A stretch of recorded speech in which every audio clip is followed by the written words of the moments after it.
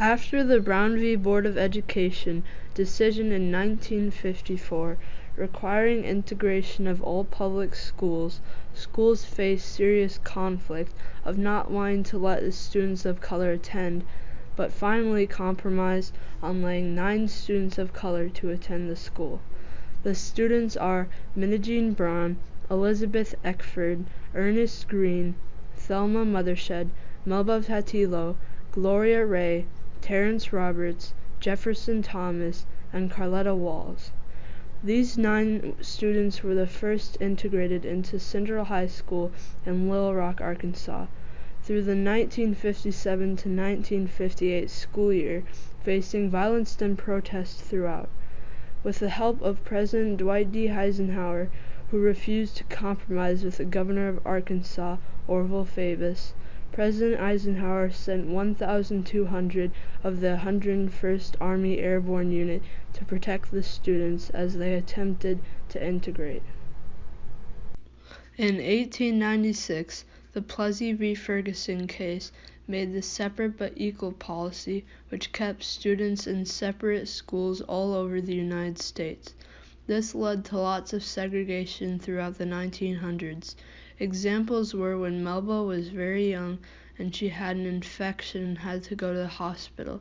They treated her poorly and told her to give it time when her temperature was 106. And how in Little Rock the houses were separated in blocks of whites and blocks of people of color. Even though these were smaller events in Little Rock, this was happening all over the United States. And it was also extremely segregated in schools.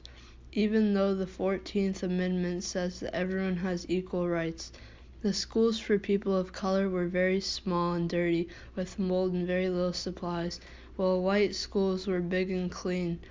Also, white schools were given much more money and schools for people of color were given very little. The Brown v. Board of Education court case in 1954 allowed the schools to be integrated.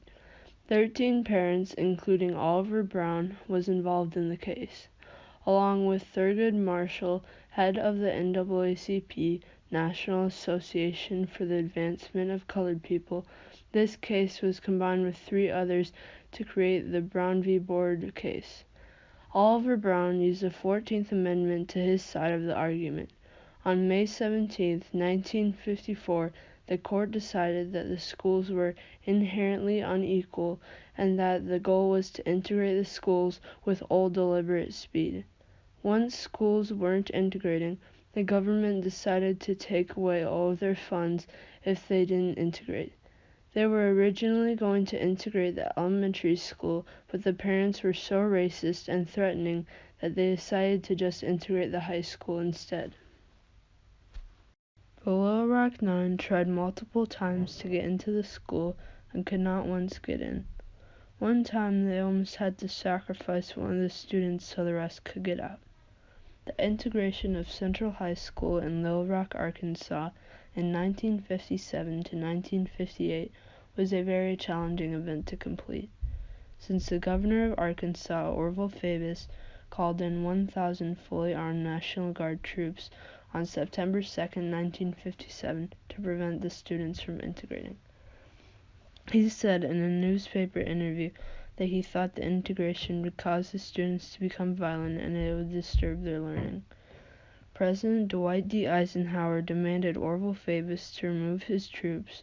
In an executive order, he sent 1,200 paratroopers of the 101st Airborne Unit on September 4th to protect the students from protesters during the integration.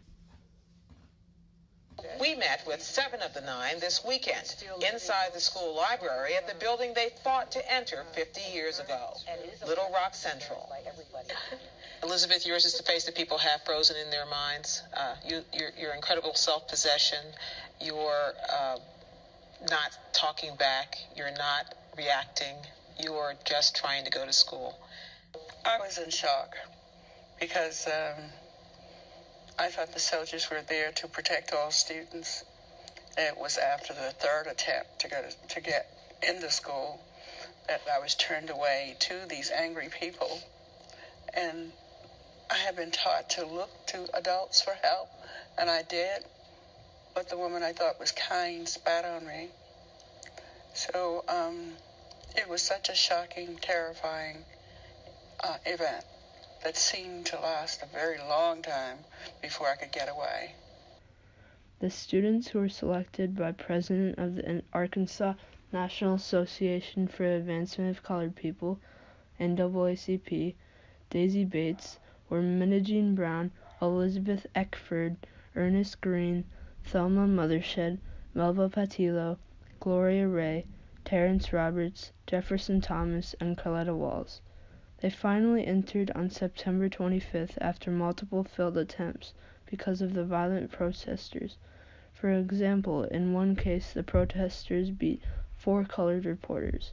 During the school year, the students were beaten and called very insulting racial slurs. Why did you come out of school? Because I'm not going to school with niggers.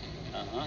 And do you feel that the majority agree with you, or with The majority of people here in Arkansas agree with me. Well, what are you going to do for an education?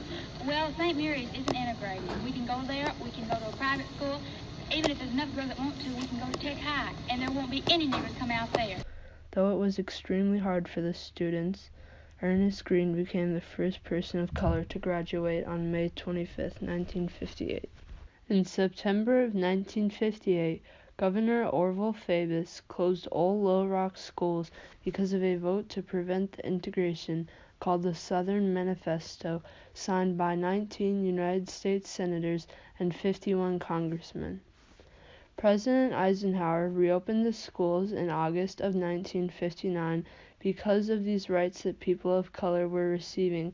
It led to lots of protests and threats towards them. And it led to the awareness of people like Martin Luther King Jr. and other civil rights activists. And it also led to many other schools being integrated, as this was only the beginning of the public school integration plan. This event overturned the separate but equal policy in 1957, and in 1960, the event led to 2% of students of color integrated into public schools. Years later, the population grew to 45% of children integrated. The Little Rock 9 integration has changed segregation in schools forever by helping children of color receive a better education. Some schools have not been affected by the Little Rock 9 integration, and a study in 2010 showed that a school with 58% white kids was much nicer and higher tech, while a school with 78% children of color was falling apart, with parts of it being closed due to mold and water damage. The use of technology and documentation helped raise awareness of the problem to people like Martin Luther King Jr., which made this event have an even bigger impact. Even after Little Rock 9 went to school, there were many schools that were still segregated, but the Little Rock 9 inspired other kids to go to a white-only school and desegregate the schools.